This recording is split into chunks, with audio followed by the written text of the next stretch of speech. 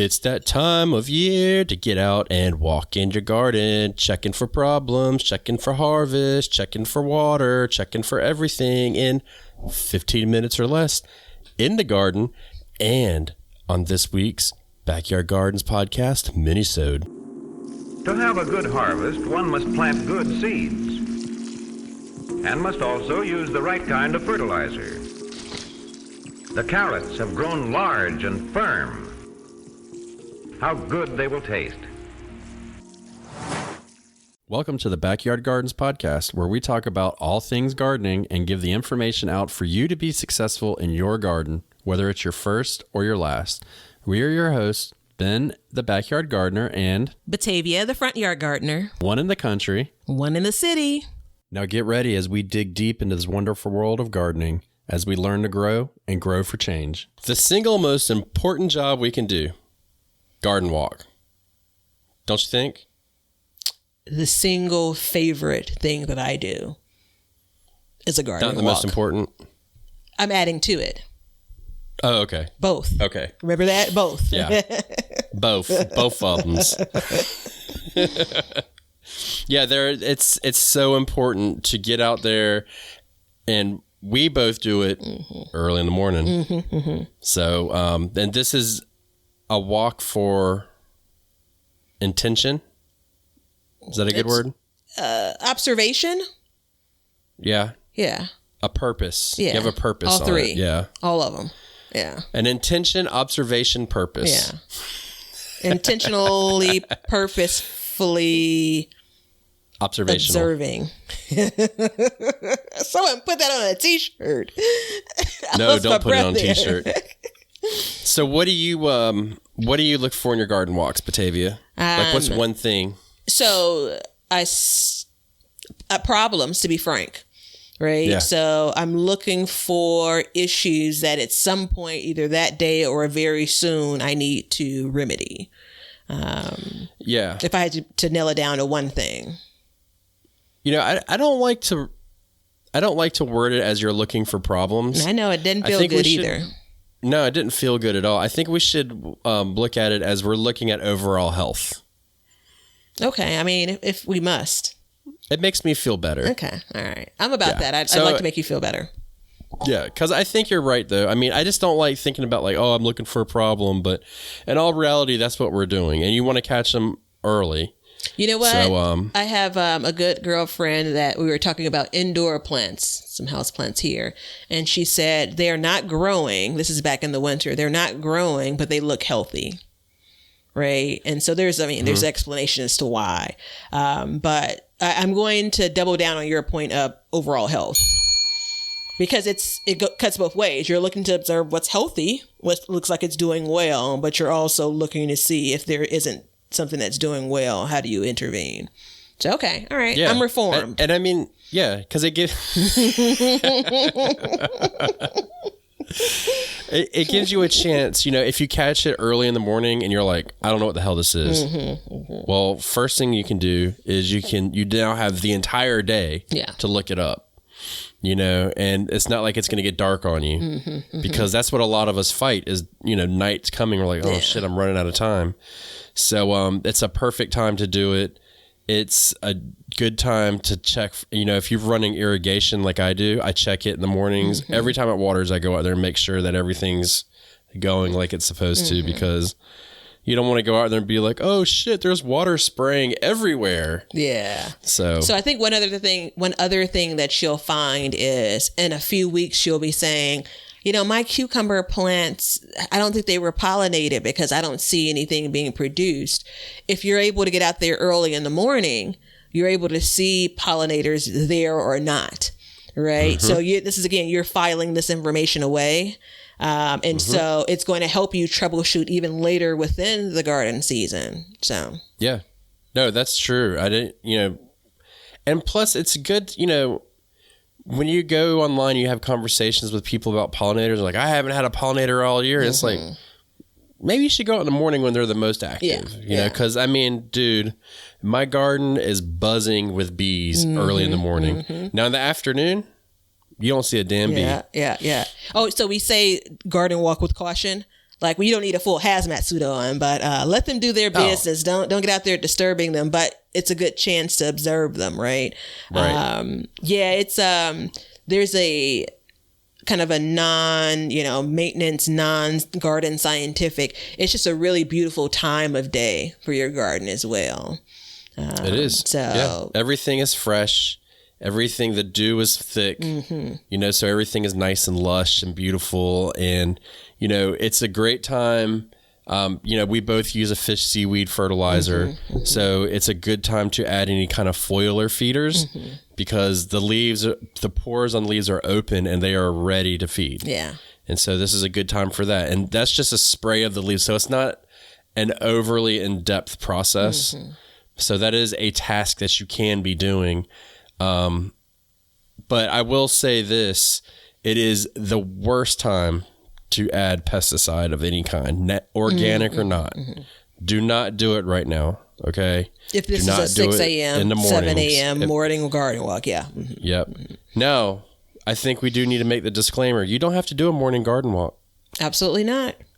It comes highly recommended by the Backyard Gardens podcast. However, for me, I think it's what you can be consistent in. I really, really like the idea of doing it the same time each day.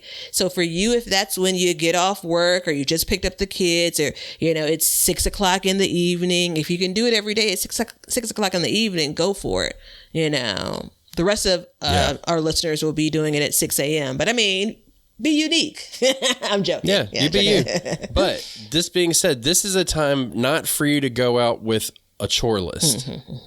We don't want to do that. We want to go out there and just look and observe. Yeah.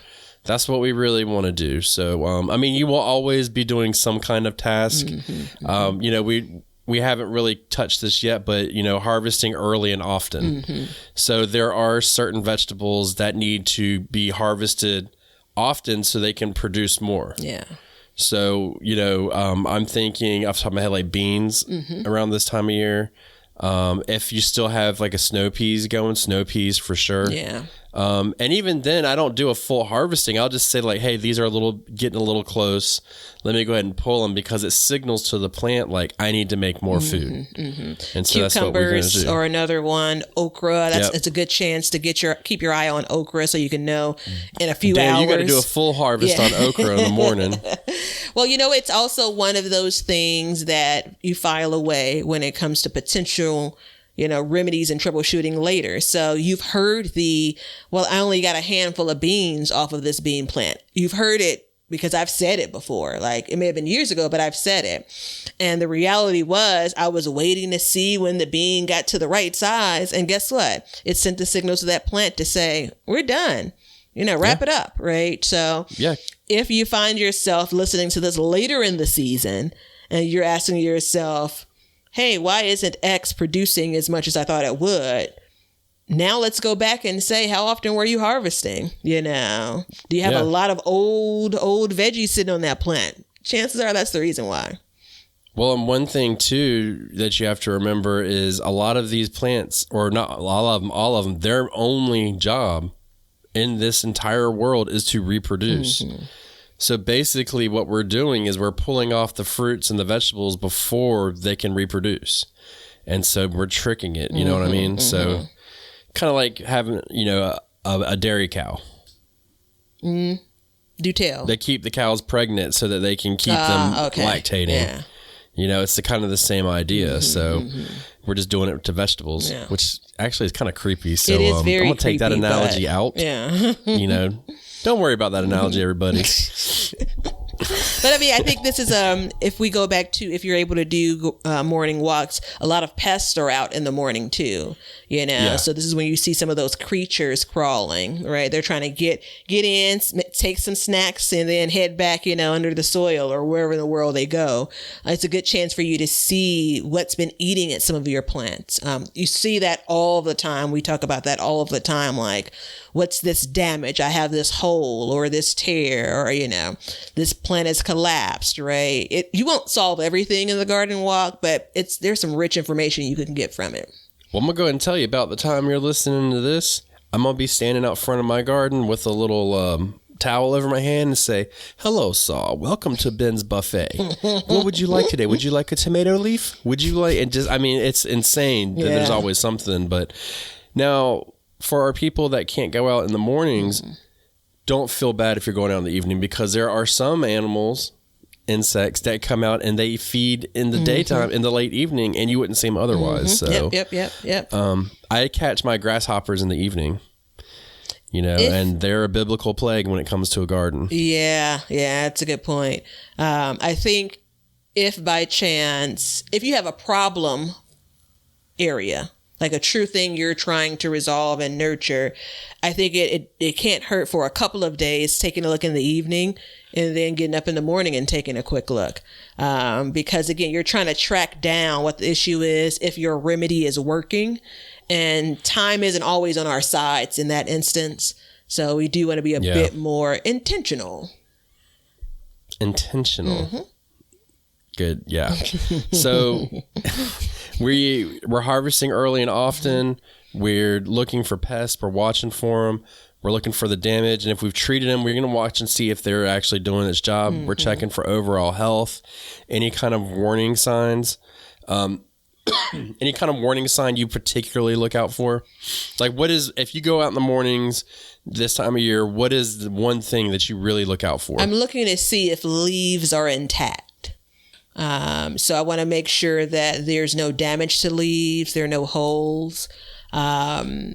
It's still early enough in the season to even replant some of the things if there's, too much damage to recover from. So I kind of want to make sure the plants look the same way that they did, with the exception of growth yesterday. Consistency to a degree, Yeah. And I mean, things will change and you're going to get little holes in your leaves and you're going to get some stuff, but it's not to freak out about, but it's, if you're, it feeds into that idea of that catalog, right? Like, what's natural, what's some stray cat that came running through here versus what is a pest, insect, a bad insect damage, right? So you start to learn those things and what that looks like.